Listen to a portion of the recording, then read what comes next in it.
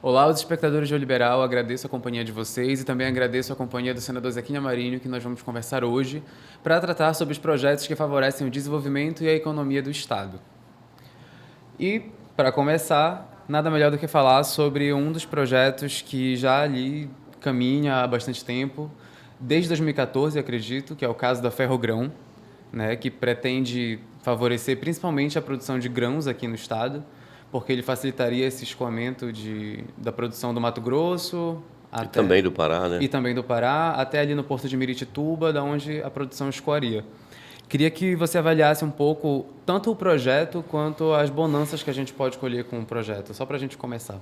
Perfeitamente. Primeiro, agradecer a oportunidade de estarmos aqui no Liberal. E a gente começa pelo projeto mais importante para o Brasil. Não é só para a região norte, não é só para o que a gente chama de arco norte aqui de logística, portos, ferrovias, etc. Né? A Ferrogrão terá uma extensão de 933 quilômetros, nasce lá em Sinop, no Mato Grosso, e vem até Itaituba, na vila de Miritituba, onde estão os portos ali já instalados. Né? Lamentavelmente, ela tem uma gama de adversários muito fortes, né? Muito pesados, mas é um projeto que eu não vejo nenhum defeito, até parece aquela brincadeira, a unanimidade é burra, mas nesse caso não é, que a unanimidade lá é sensata, é natural, espontânea e assim sucessivamente. Mas, como ela vai, né, digamos assim, trabalhar para que o custo da produção, né, brasileira na Europa, na Holanda, em Roterdã, aquela região toda onde desembarca tudo isso, né, caia violentamente em função do modal, que o ferroviário diminui esse custo, ela naturalmente tem inimigos fortíssimos, né? As ONGs que são financiadas pelo capital no exterior, elas trabalham fortemente para impedir essas obras estruturantes no Brasil, a fim de que o Brasil não seja tão competitivo, porque mesmo com a logística difícil como é, rodando de caminhão, a gente bota quente lá fora e compete muito bem. E isso preocupa, né, o mercado externo. A Europa é muito diferente do Brasil. Nós fazemos aqui, por exemplo, uma agricultura tropical, onde se tem até 3 safras. Até 3 safras. 2 é normal, né? 2 é normal, mas dependendo da espécie, você tem 3 safras, né, com o mesmo financiamento. Quer dizer, você tira X no banco, né, para uma safra e termina fazendo 2, 3 safras. O custo disso cai muito, o custo de produção. Na Europa não se faz isso, né? A janela lá é curta, o clima não permite. Aqui, né, no clima tropical, permite isso. Então, mesmo com a logística difícil, modal rodoviário, caro, complicado, tal, altamente emissor de CO2, a gente consegue chegar bem lá fora e ser forte nessa competitividade. Então, um dos grandes adversários da Ferrogrão é as ONGs, ou são as ONGs, financiadas pela produção internacional para que a gente não avance aqui. Essas ONGs, elas terminam se aliando a muita coisa, se alia à imprensa especializada em denegrir a imagem do Brasil lá fora, se alia ao Ministério Público, que, lamentavelmente, grande parte dos nossos jovens procuradores, eles, né, são muito jovens, a experiência de vida é muito pequena e eles são cegos pela lei seca ali. Não tem uma capacidade de analisar a conjuntura, a questão da relação custo-benefício. Não, ali é... Então, a ONG se alia ao Ministério Público e a ONG se alia ao governo, que num governo mais à esquerda, como é hoje o governo brasileiro, né, tem digamos, uma predileção por esse tema. E depois vem o tal do lobby, né, das concorrentes, né, das outras ferrovias. No Mato Grosso você tem ferrovias saindo tanto para o Paraná quanto para São Paulo e Santos, né, Paranaguá e Porto de Santos. Né. Essa turma não quer que aumente a vazão aqui pelo lado norte também, né? Então, você tem ONG, você tem partido político aliado à ONG, né? E você tem o lobby das grandes empresas do modal ferroviário também. Onde é que isso caiu? O PSOL, um partido político muito pequenininho, mas um partido que atua não na questão eleitoral, na representação, mas atua fortemente dentro do Supremo Tribunal Federal, né? E aí questionou a constitucionalidade, né, da questão legal, da medida provisória feita pelo governo Temer para ajeitar aquela questão onde faz-se uma volta e lá foi preciso usar alguns hectares. A área de reserva da terra, né? A área de reserva, porque ela é feita ao longo da margem da BR, né? Mas, em determinado ponto, é obrigado a fazer um corte, né, que é coisa pequena, muito pequena. E isso foi trabalhado através de uma medida provisória, que naquele tempo, né, vamos lá, vamos só voltar na história, ministro da Justiça do governo naquele tempo, Alexandre de Moraes, né? O governo a quem ele servia, que ele podia ter contribuído para dizer, olha, não se pode fazer dessa forma, temos que dar um erro formal, temos que fazer através de um projeto de lei ordinária aqui, ou complementar, ou tal. Não. A coisa rodou, passou, né? E aí o pessoal questiona isso e ele acata, né? E ele acata, achando tal, que realmente, não sei o que, poxa, lá atrás tinha uma cabeça e um pensamento completamente diferente, que aquilo não tinha a menor importância do ponto de vista jurídico, né? Agora tem, né? Quer dizer, o lobby das empresas de ferrovia lá dentro do Supremo, o lobby do partido político aliado às ONGs que são financiadas e são contra, prestam serviço para os patrões lá fora, né? Termina emperrando um projeto que para nós é crucial. Mas como é que está a movimentação nesse cenário político interno contra essa... Porque é um empecilho pequeno se a gente considerar que só está sendo criticado um instrumento legal da época. Uhum. Se ele for substituído por um que agrade, né, a esses críticos, então correto, o projeto poderia... Dentro do Tribunal do Supremo tem um comitê, né, de conflitos, ou de solução de conflitos. Então, o ministro fez um belo relatório, mas na hora, em vez de canetar para liberar para os estudos e o projeto avançar, ele encaminhou para esse comitê, para o comitê se posicionar, e a gente tem sofrido muito em função da morosidade do comitê em poder soltar isso. O Brasil precisa disso. E nós temos gente, quer dizer, gente que incapaz de avaliar um projeto dessa envergadura, dessa importância para o país, e principalmente para a região norte, que é uma região pobre, uma região que precisa se desenvolver, onde você vê os piores IDHs, onde você vê índice de progresso e desenvolvimento social péssimo também. Quer dizer, essas pessoas não têm capacidade, ou pelo menos demonstram não ter capacidade de avaliação, né, de que a questão da logística, da infraestrutura de logística é fundamental para o desenvolvimento. E está lá um projeto enorme, né, importante. Criei recentemente uma frente parlamentar para trabalhar essa questão ferroviária ligado ao modelo de autorização, né, baseado no marco legal feito lá atrás, que no tempo do Bolsonaro, né, na verdade, foi durante o governo do Bolsonaro, mas não tem nada a ver com o Bolsonaro, né? Por quê? Porque a autoria do projeto é do senador José Serra, de São Paulo, do PSDB, e a relatoria do projeto foi do senador Jean Paul Prats, do PT do Rio Grande do Norte. Correto? Então, aconteceu durante o período, mas aconteceu normal. É um cara de São Paulo, do PSDB, um cara do PT do Rio Grande do Norte. E aprovamos porque é importante para o Brasil facilitar e desburocratizar tudo isso. No entanto, a gente está vivendo essa dificuldade toda, né? O problema ideológico, o problema de associações que são, digamos assim, prejudiciais ao Brasil, é muito difícil. Perfeito. Aqui nós temos uma ONG muito forte, vou te dar um exemplo só assim, para comprovar isso que eu estou dizendo, que chama-se ISA, Instituto Socioambiental. Tem sede por aqui, por Belém, e sede Altamira. E Altamira. O ISA gastou 11 milhões de reais só na Ferrogrão, mobilizando índios, mobilizando... E lá não passa, não tem nada de gente na estrada, mas você cria uma confusão em torno disso, né, e termina atrasando enrolando. O governo hoje quer, o Ministério do Transporte precisa, está apostando todas as suas fichas para que a Ferrogrão possa acontecer. Nós, da política, do Congresso Nacional, estou mobilizando todos os senadores, principalmente da Amazônia, na região norte como um todo, para a gente ir para cima, temos que resolver isso. Não é? Enquanto a gente está discutindo ferrogrão aqui no Brasil, o mundo, nesses últimos 10 anos, que é exatamente esse período da ferrogrão, construiu 34 mil quilômetros de ferrovia. E nós estamos aqui debatendo o sexo dos anjos. Se vai ou não vai.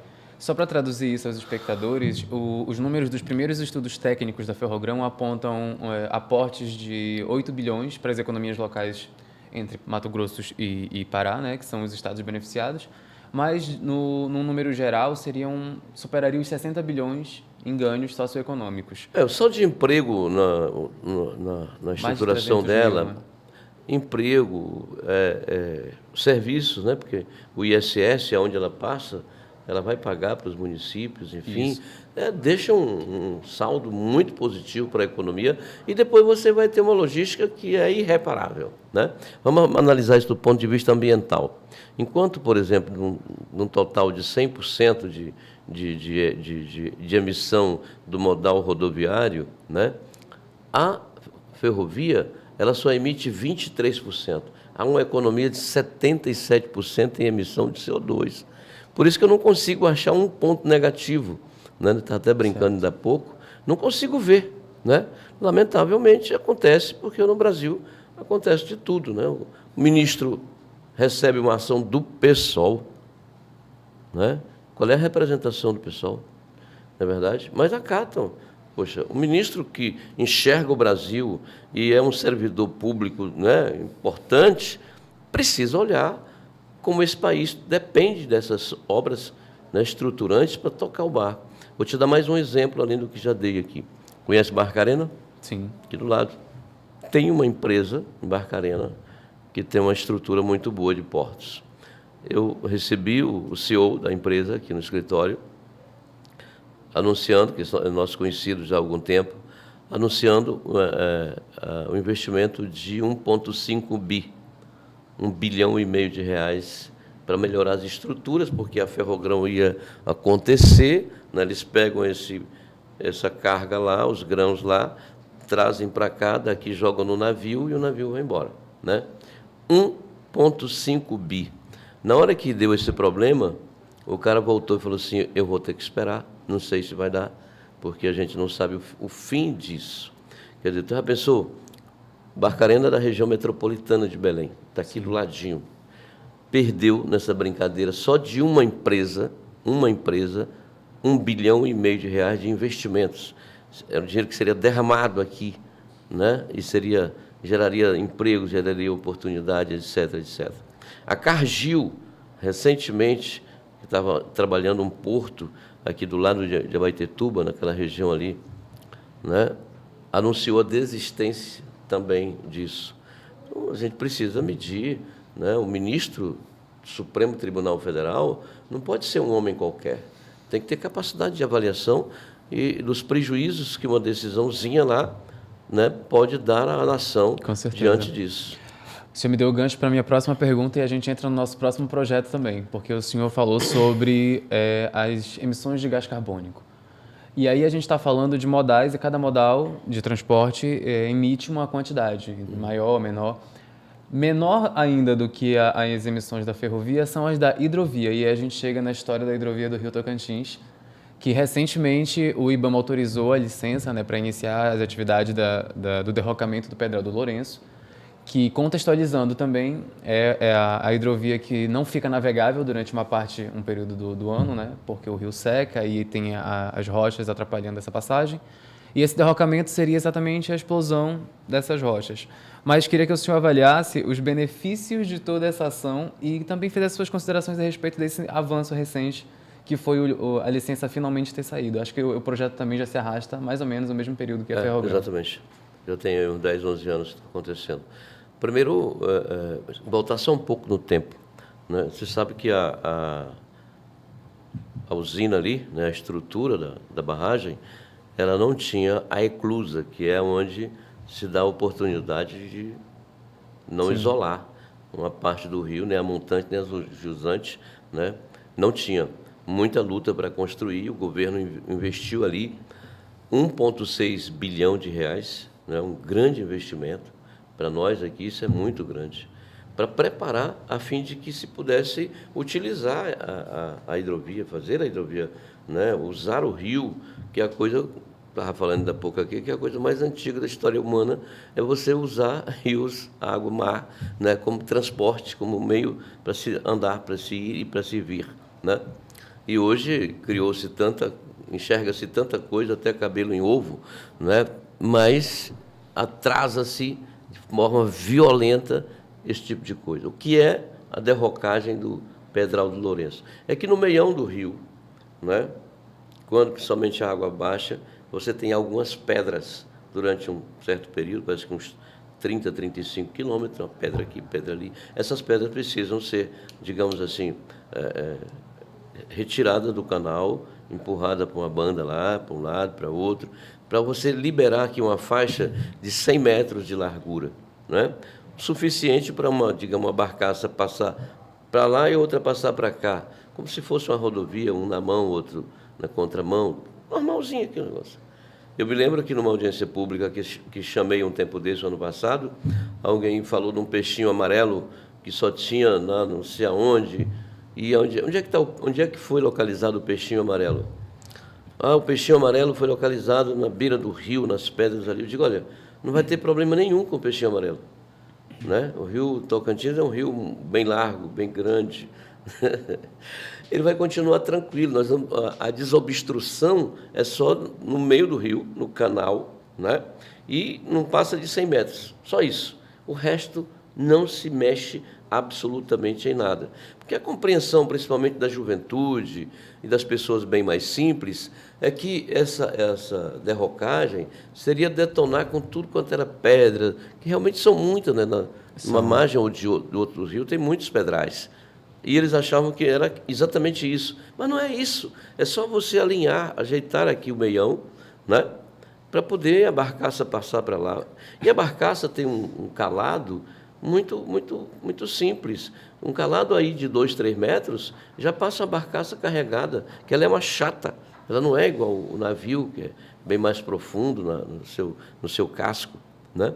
Por exemplo, agora no inverno, que não foi tão grande, o rio não estava assim tão cheio, mas já tinha gente embarcando grãos em Marabá e mandando para Barcarena aqui. Nessa hidrovia. Sempre sem usar, sem ainda necessitar de fazer a derrocagem, de tirar as pedras, porque o rio estava cheio. Então o cara ia desviando e passando, e o Antônio Carlos fez vários embarques. Eu estive lá no primeiro embarque, um cara assim visionário, muito lutador, ele fez isso. Quer dizer, a gente vive hoje naquele problema da pressão sobre emissão de gás carbônico, né? Na hora que você tem uma oportunidade de você diminuir isso violentamente, quantos caminhões uma barcaça tira de circulação emitindo 24 horas CO2 produzido por combustível fóssil, né? Quando você reduz isso apenas para um rebocador, eu tiro 400 caminhões, 250, 300, 400 caminhões e ligo apenas um. É uma redução violenta. A gente falou um pouco da ferrovia, que nesse caso ali de Miritituba a Sinop economizaria, né, 77% de emissões. Aqui você cai para 10, 15%, né? Então, como é que eu sou uma ONG ambiental? Como é que eu sou um IBAMA? Como é que eu sou alguém que trabalha com isso e sou contra, né? Ou eu não entendo de nada, não sei de nada, completamente ignorante sobre o que eu estou discutindo, né? Ou eu não estou sendo correto nos meus posicionamentos. A hidrovia vai facilitar aí, são mais de 500 quilômetros que serão, né? A gente vai ter não sei se você anda de carro por aí, mas eu ando muito de carro. Além, não tem estrada que dê conta, nossas estradas não são umas estradas de padrão, né, nacional, são estradas bem mais simples. Os acidentes são frequentes, né? É um caminhão atrás do outro. Os perigos, né, de quem trafega em carro pequeno é um negócio constante, né? Então, a gente, além de baratear o custo do transporte em mais de 500 quilômetros para chegar aqui no porto, né? Aí, quando o cara chega aqui no porto, tem que passar não sei quantos dias estacionado ali para chegar a hora de, né, de despejar a carga, de desembarcar a mercadoria. Tudo isso acaba de uma hora para outra, né? Facilita, é inteligente, é prático, é sustentável, né? Isso ajuda o Estado a avançar, né? Isso barateia custos, enfim. A gente só precisa acordar, porque nós estamos nos embaralhando. Meu pai falava um negócio engraçado, falava, às vezes eu estava enrolado com alguma coisa, ele falava assim: ei, rapaz, estás enrolado no cabelo das pernas? Te vira, bora produzir, bora avançar. Tem hora que você, né, a gente precisa acordar. A gente está dando importância a coisas ínfimas, sem importância e prejudicando algo importante, significativo, né? Por exemplo, o Pará, tem um tempo desse, era um estado com 4, 5 milhões de habitantes. Hoje nós estamos fechando 9 milhões. Né? E o senhor sabe que essa história do Pedral do Lourenço, apesar de ter ganhado esse novo capítulo com a licença ambiental do IBAMA autorizando, né, o derrocamento, ganhou um novo agora, porque o DENIT está propondo retirar 90 milhões do recurso que seria destinado para a realização dessa atividade e enviar para uma obra num porto de Manaus. A justificativa principal é de que demorou demais esse licenciamento para sair, só que ele já saiu. Então, como é que o senhor avalia essa movimentação? Bom, é importante, uma informação nova. Importante a gente levar em consideração que a licença de instalação já é para a empresa começar a trabalhar, não é? Sim. Quer dizer, a de operação vem logo em seguida, porque na hora que você começar a tocar a obra, em função da primeira, da prévia, da de instalação, né, a de operação ela é imediata, né? Você já pode contar com ela, o IBAMA já vai te dar. Agora, essa é uma decisão também política, né? A gente precisa ver isso de forma bem clara, porque, de repente, não, vamos lá, vamos, como é que acontece? Quanto que a empresa que vai fazer, né, a derrocagem lá, o derrocamento, vai gastar durante o ano de 2026? Ou então, segundo semestre de 25, né? E 26, ou até... Um ano e meio aí. Um ano e meio, ou então até no ano que vem, mês de julho do ano que vem, um ano, certo, hipoteticamente. O que ela vai poder gastar com toda força de operação é X. E tem um valor grande aqui. Eu posso remover esse valor que vai exceder o que ela vai gastar e vou trabalhando em outra obra, né, para poder não parar aquela de lá também. Mas se isso não for feito dessa maneira assim, o governo vai arrumar uma confusão conosco. Aliás, já arrumou, porque a gente não vai perdoar isso, absolutamente. Porque não vamos comprometer uma obra que está aqui no gatilho, só dependendo de licenciamento há 10 anos, sim, né? E agora que sai a possibilidade da execução da obra, você tirar a gasolina do motor. E a justificativa não se sustenta aparentemente, né? Porque se a gente considerar que tudo bem, lá a obra desse porto em Manaus já estaria pronta para entrar em atividade, mas a gente acabou de receber a licença, então não tem por que atrasar. Nós vamos checar isso, Maico, porque é muito importante. É muito importante a gente saber disso a tempo, porque não dá para descobrir um santo para tentar cobrir o outro, termina não ficando nenhum santo coberto, né? E aí a gente chega agora num terceiro projeto que eu acho interessante e talvez seja um dos mais atuais, porque a discussão ela não explodiu tem tanto tempo a respeito de margem equatorial. Queria aí essa avaliação porque a gente falou aqui sobre modais que reduzem, por exemplo, impactos ambientais emitindo menos gases do efeito estufa. E a gente está aqui na sede da COP30, no ano da COP30, e falar de margem equatorial também intercala com falar de transição energética. E aí eu queria que o senhor avaliasse por que esse discurso precisa avançar, por que essa exploração precisa avançar, em que pé que isso está e quais são as movimentações políticas que vocês também estão agilizando, estão pressionando dentro da Câmara, do Congresso, do Senado? Como dizia a gente quando era menino em casa, vamos começar pelo começo, né? É redundante, mas essa é a verdade. O Brasil precisa disso. A Petrobras tem um planejamento de prospecção de novas áreas para a exploração de petróleo. Então, nós temos aqui condições de trabalhar até 2032, entendeu? Com o que tem. Se a gente não descobrir novas minas, novas áreas de petróleo, e para ir trabalhando a exploração daquilo, na hora que terminar o que nós temos hoje, né, nós vamos ficar com dependência internacional de petróleo, né? Então não é uma questão da margem equatorial isolada, interesse do Pará, do Amapá, do Maranhão, não. É o interesse do Brasil, correto? Começa por aí. O começo de toda essa discussão não é apenas um interesse nosso aqui, né? O interesse nacional. A gente depende disso. O pré-sal, né, demonstra uma vida que não está tão longa, não. Está perto ali do final. É um recurso finito, né? É da onde se tira aqui, né? Não bota mais. Né? Vai estourando. Então, a gente precisa disso. Esse é o ponto número 1.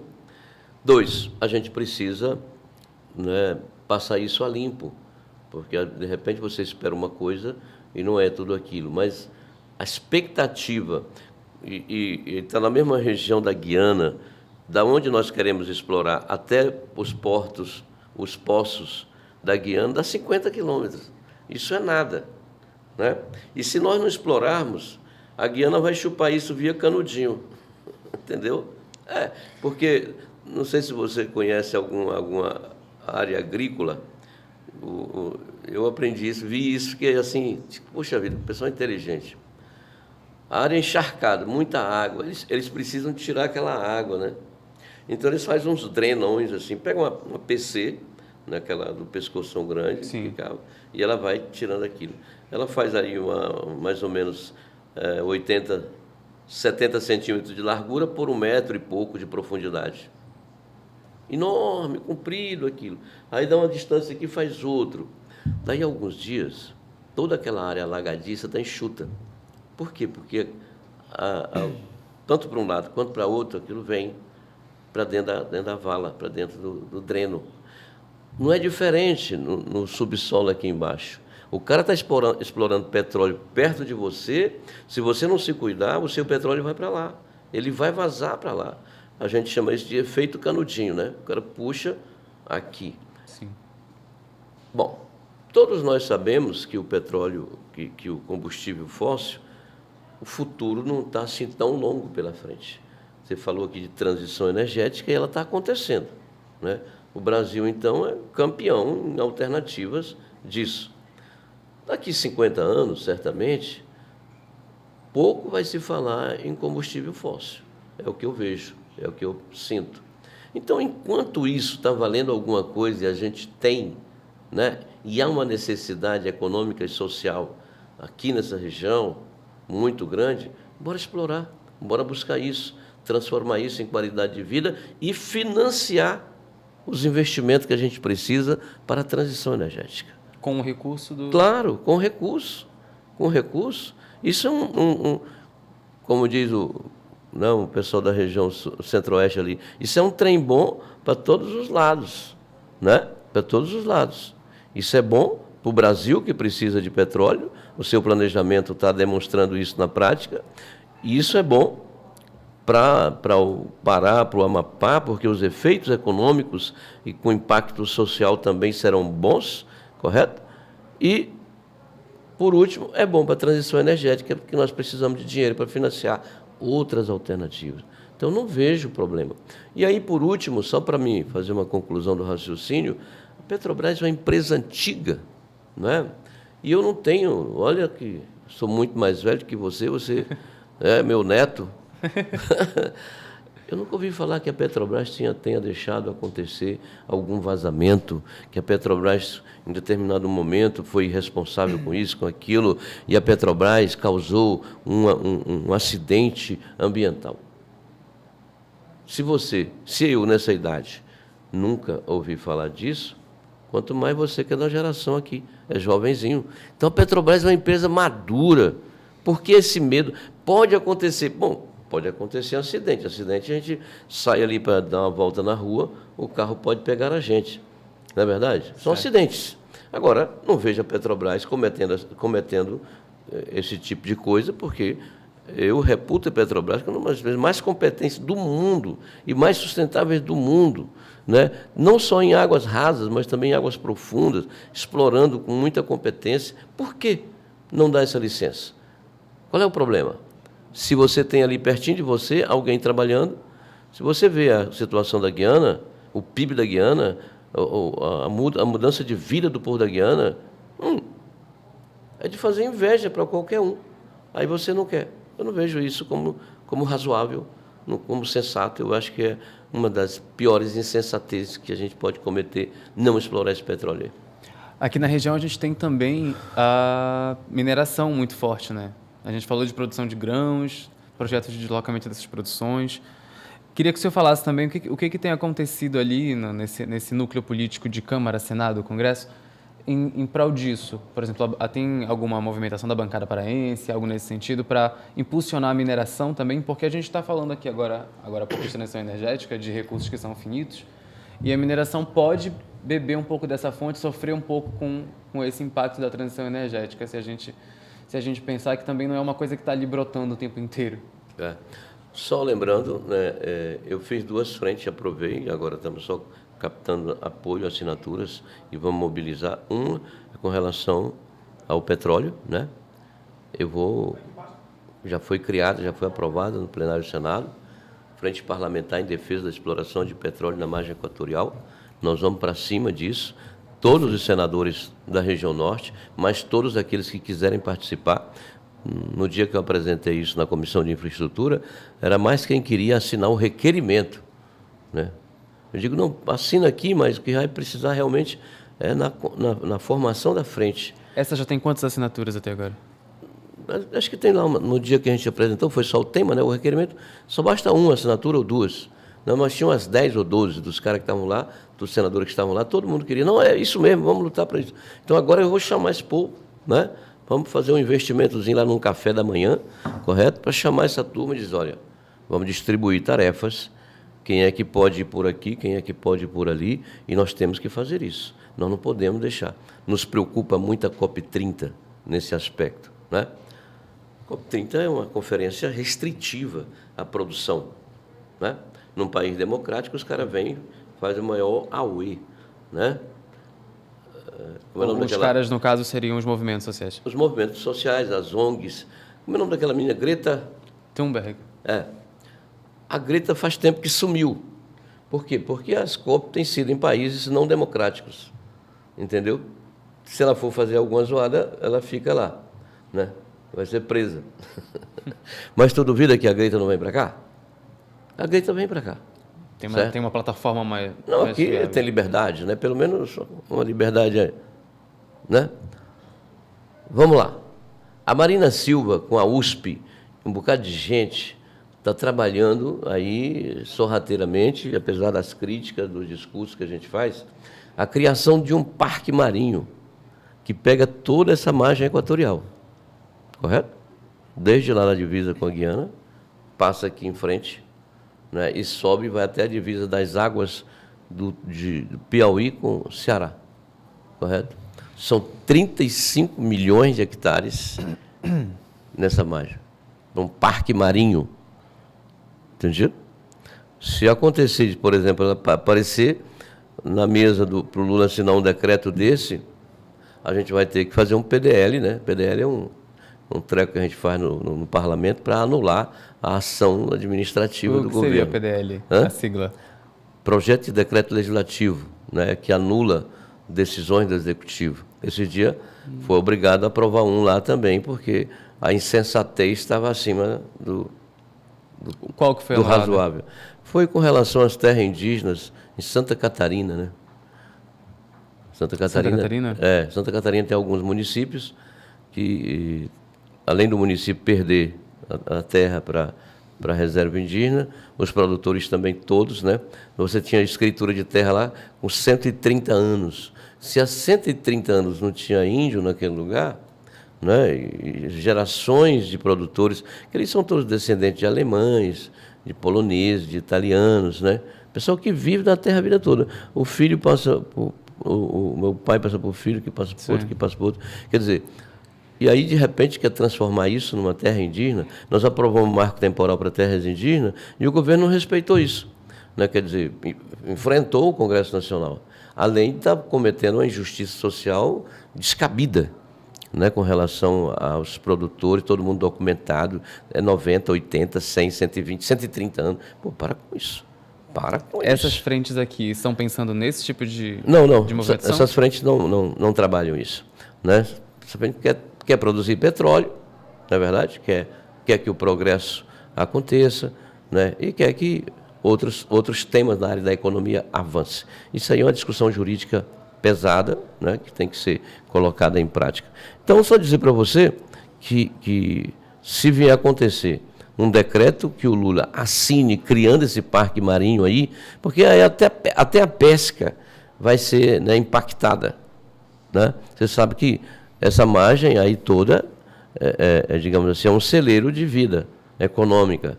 Né? A pesca, o nosso caboclo da vigia vai pescar em águas do Amapá. Ele sai daqui, né? Aqui, ó. Aqui em Belém. Sim. Pessoal de Vigia, pessoal de Bragança, pessoal de Augusto Corrêa, os pescadores se mandam. Né? Se faz um negócio desse aí, tu vai ver o volume de restrições que a gente teria até para a pesca.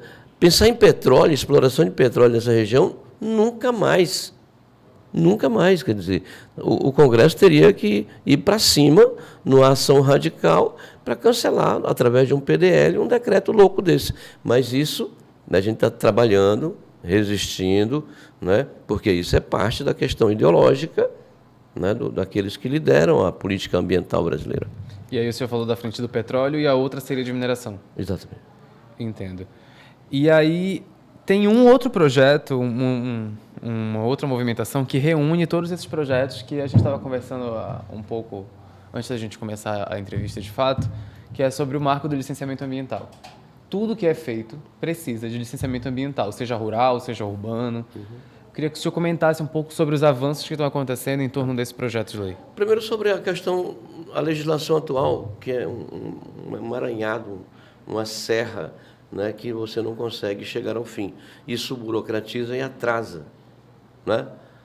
O Brasil, se você for, por exemplo, digamos que você assumisse o governo do Estado do Pará hoje, me perguntasse, Zequinha, amanhã eu amanheço governador e eu preciso gerar emprego, desenvolvimento, tem muita gente desempregada, né? 9 milhões de habitantes, renda per capita baixíssima, a gente é um momento de dificuldade.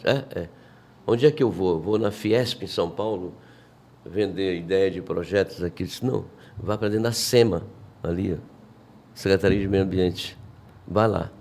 Chega lá, manda levantar os 100 maiores projetos engavetados que estão lá dentro por falta de licenciamento ambiental. Faça um mutirão e mande licenciar. Chame os caras de volta para ressuscitar essas ideias e esses projetos. Não está lá fora o problema está aqui dentro. São outros projetos como esses que a gente... Não! São toneladas de projetos que morrem na gaveta. A Secretaria de Meio Ambiente dos estados, dos municípios e o IBAMA, que é o licenciador nacional, é o maior cemitério de projetos. Correto? Por quê? Porque morrem na questão ambiental. Acabei de contar naquela hora que a gente estava conversando aqui sobre a BR-319 que liga Manaus, Porto Velho, né? O Amazonas, a Rondônia. Licenciamento para uma rodovia que já foi aberta, já causou o impacto ambiental que tinha que causar. Né? Por que eu não dou licença para o negócio? Porque a lei não sei o quê, porque a portaria não sei o quê, porque a instrução normativa, porque o decreto, porque... Bora pegar tudo isso, tirar o que presta, botar aqui e jogar o resto no lixo. E aprovar alguma coisa decente, né? E não permitir que a questão infraconstitucional ou infralegal, porque os caras vão trazendo coisa de fora para dentro. Né? Mas não está bom, bora fazer aqui uma instrução normativa, vamos fazer uma resolução, vamos fazer uma portaria, e aquilo que era um negócio enxuto, termina virando um problemaço, né? E complicando o andamento dos projetos de licenciamento. Então agora a gente vai ter que dar uma corrida contra o tempo. A rodovia já foi aberta, Já foi, está tudo bem, tudo bem. O licenciamento agora é o mais simples possível, né? É mais uma informação do que um pedido de licença. Porque senão, qual é a lógica que tem licenciar alguma coisa que já foi feita, já foi aberta, o que tinha de impactar já impactou, agora só porque acho que se asfaltar a rodovia, alguém vai andar pela rodovia e pode fazer uma lavoura aqui. E é reserva lá. Bota para fiscalizar, cadê o satélite? O satélite mostra isso de uma hora para outra, né? Vai lá e pega o cara, prende, faz o que quiser com ele. Ele é criminoso, ele está invadindo uma reserva, né? Então, eu festejo muito, né, aquilo que o Senado fez recentemente, simplificando o máximo, certo? Mas garantindo a segurança jurídica. Nada, absolutamente, de forma irresponsável, né? Mas ágil. Quer dizer, um poço de petróleo na Guiana é 2 anos para licenciar. No Brasil são 12 anos. Para com isso, cara. Quando é que você vai desenvolver um país onde? Tendo que esperar 12 anos para dar um licenciamento, para fazer uma obra, né? Vamos lá. O Linhão que liga Manaus, Boa Vista. 13 anos, porque tinha que passar dentro da reserva indígena. Aí como é que é a realidade lá? O cara que era presidente da FUNAI na época, correto? O que ele fez? Ele botou 100 metros, 100 ou 200 metros do lado direito da rodovia. A reserva indígena começa bem lá. Não começa aqui na beira, né? Começa aqui, né? 200 metros para cá, 200 metros para cá. Tu tens 400 metros aqui, a rodovia no meio, que tu pode passar o Linhão. Mas aqui é um índio aqui, outro índio aqui, né? Fizeram um inferno. E, enquanto isso, Boa Vista no escuro. 13 anos queimando motorzinho taco lá, né? Ou depois comprando energia da Venezuela, que agora nem a Venezuela não está fornecendo. Felizmente, bateram na mesa agora, né, no final do governo Bolsonaro, para fazer o Linhão. Está em construção. Não é razoável o que nós presenciamos nessa questão ambiental, certo? Um negócio meio esquisitinho. Nesse caso, o maior problema é o tempo mesmo, né? Então, aqui reunindo algumas das características que você apontou, a gente tem a morosidade do processo, a gente tem a dificuldade de diálogo com outros setores, no caso, movimentos sociais, que se dizem movimentos sociais, ONGs, etc. E a gente também tem uma dificuldade de diálogo interno, né? Entre a política que você fala que é mais enviesada e a política a parte técnica. O correto era você lidar apenas com a discussão técnica, a viabilidade técnica, né? Quando você lida primeiro com a questão política, ideológica, isso vira uma discussão interminável, né? Não vou dar licença para a exploração de petróleo na margem equatorial do Brasil. Por quê? E monta-se uma narrativa, aí não dá. Você está lá para analisar um projeto tecnicamente, né? Um projeto do governo, ou você está lá para ver a questão legal e aplicar e resolver, né? Então, se cada ministério for um governo diferente, por exemplo, o presidente Lula diz que quer, né, a exploração, a Marina diz que não quer, o presidente do Ibama também diz que não quer, que não é não sei o quê, não sei o... Que negócio é esse? Né? Bora acabar com essa brincadeira, simplifica a lei e depois, se o cara não quiser cumprir a lei, vai ganhar as contas, eu acho. Né? Igual vai pagar por isso. A Marina perdeu o emprego de ministra no licenciamento da Belo Monte, aqui no Pará. Né? O presidente ficou pé da vida, né? E aí bateu na mesa e disse, olha, vai ser, manda fazer, porque eu não aguento mais, né? E preciso disso, é uma obra estruturante, né? Nesse sentido, senador, quais caminhos que o senhor apontaria para o Pará conseguir assumir uma posição mais estratégica nessa agenda de desenvolvimento da Amazônia, ou da região norte como um todo? Porque esses projetos impactam, né, outros estados. Exato. Em paralelo. O Pará nunca faz um debate, né, digamos, a construção de uma parceria de ações do governo federal com ações conjuntas do governo do estado. Nunca fez, né? E até hoje nunca faz isso. Vai lá, discute um ponto, né? Vai discutir outro. O que o Pará tem que fazer, o que o governador tem que fazer é conversar com... Olha, eu tenho um planejamento. Isso aqui é meu, mas isso aqui é do governo federal. E eu quero puxar, né? Eu quero fazer aqui um acordo com vocês de investimentos e quero fazer alguma cooperação técnica ou financeira, se for o caso, né? Mas eu preciso resolver isso dentro do meu mandato, né? Por exemplo, vamos voltar lá atrás, no governo Almir Gabriel. Quer dizer, Lá atrás mesmo.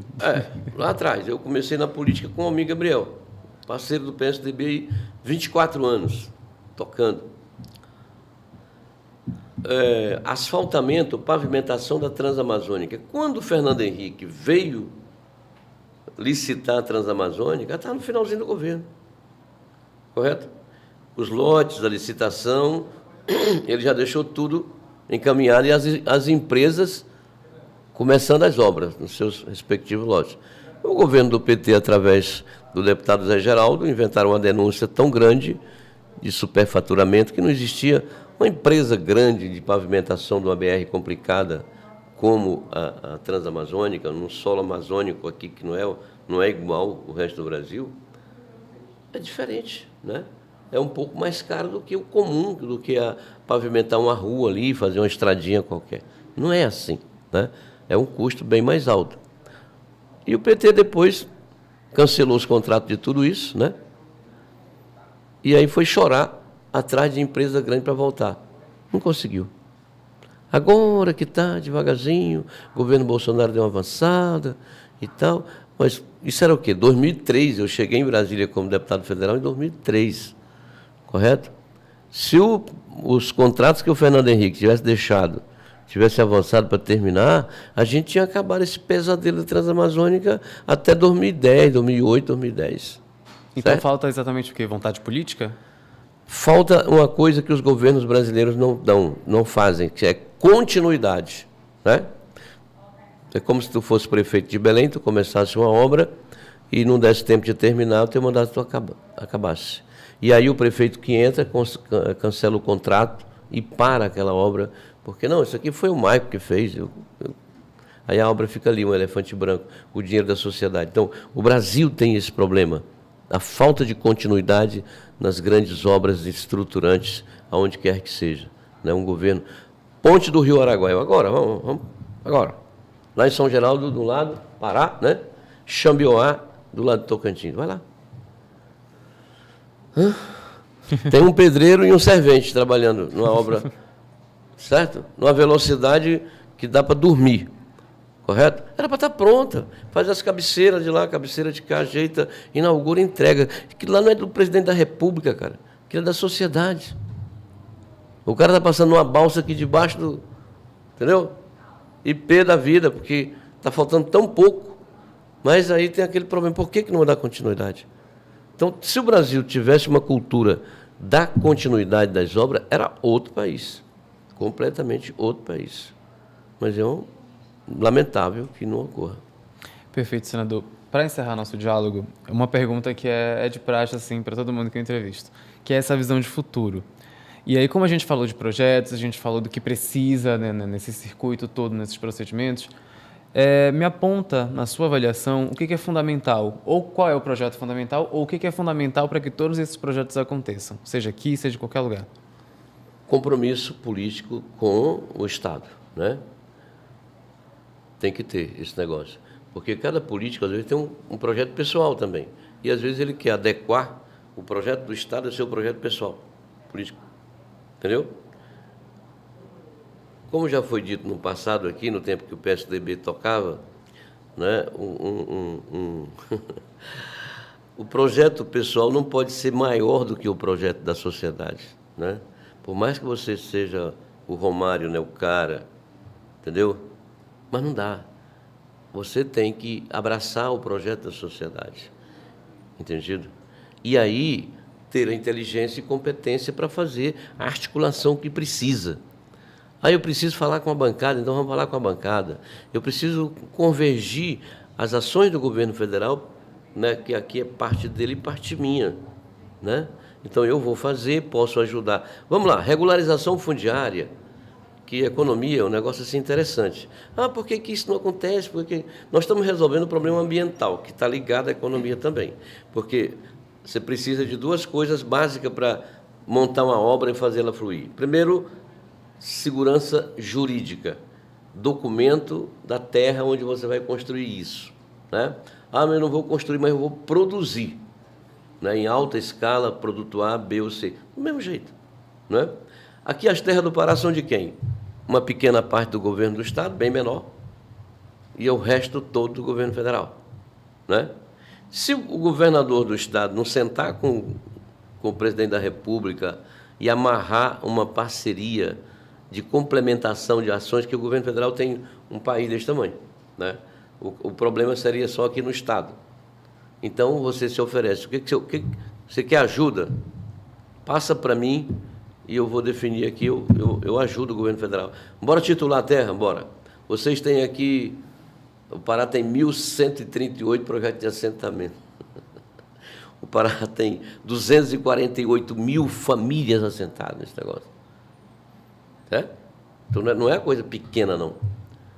E o governo federal tem dificuldade de operação, o INCRA é fraquinho, não tem gente, né? Eu chamaria, por exemplo, o Exército, que está aí produzindo tão pouco, para dentro disso, para 2, 3 anos, está tudo resolvido. Mas, digamos, deixa lá o Exército, então, vem para cá. Vamos fazer você me dá tanto e a gente resolve o problema. O seu e o meu, né, com X valor. Eu estou lá, sou governador, quero coordenar, preciso resolver isso. Entendeu? Preciso resolver isso. Então, regularização fundiária, segurança jurídica no campo, na cidade. Belém, por exemplo. Mais da metade de Belém não tem documento de terra. Se aqui, que tem 400 e tantos anos, não tem isso, tu calcula o resto da cidade. Né? Tu calcula o interior. Certo. Entendido? Difícil isso. Difícil. Então, regularização fundiária. Questão ambiental. O Congresso está me dando um marco legal, moderno, simples, para avançar. Adapto aqui a questão estadual. Pronto, você já deu um passo. Sabe o que é aquele passo de gigante para mudar a economia e a cara? E atrair investimento? Porque o cara vem de lá aqui no Pará e chega aqui, não tem segurança jurídica, ele volta. Ele volta decepcionado. E ele diz, não, aqui não dá. Aqui não funciona. Entendeu? Eu estou te dando um exemplo. Esse exemplo seria o passo número 1 para começar qualquer, né? Aí depois vem a infraestrutura. Eu tenho interesse, o governo federal tem interesse, o que eu posso fazer para a gente juntos resolver essa parada? Né? Vai lá e senta e briga e peleja, né? Se não fizer assim, a gente fica assim, como estamos hoje, né? Fica assim. Perfeito. Senador, muito obrigado pela conversa, pelo seu tempo, pelas suas respostas. Obrigado também aos espectadores do O Liberal, que vão poder ler um pouco mais dessa conversa no Jornal Liberal e também no portal oliberal.com. Eu que agradeço. Obrigado pela oportunidade mais uma vez de estar aqui. Obrigado a todo o Grupo Liberal, né, e a vocês todos que fazem a notícia acontecer aqui.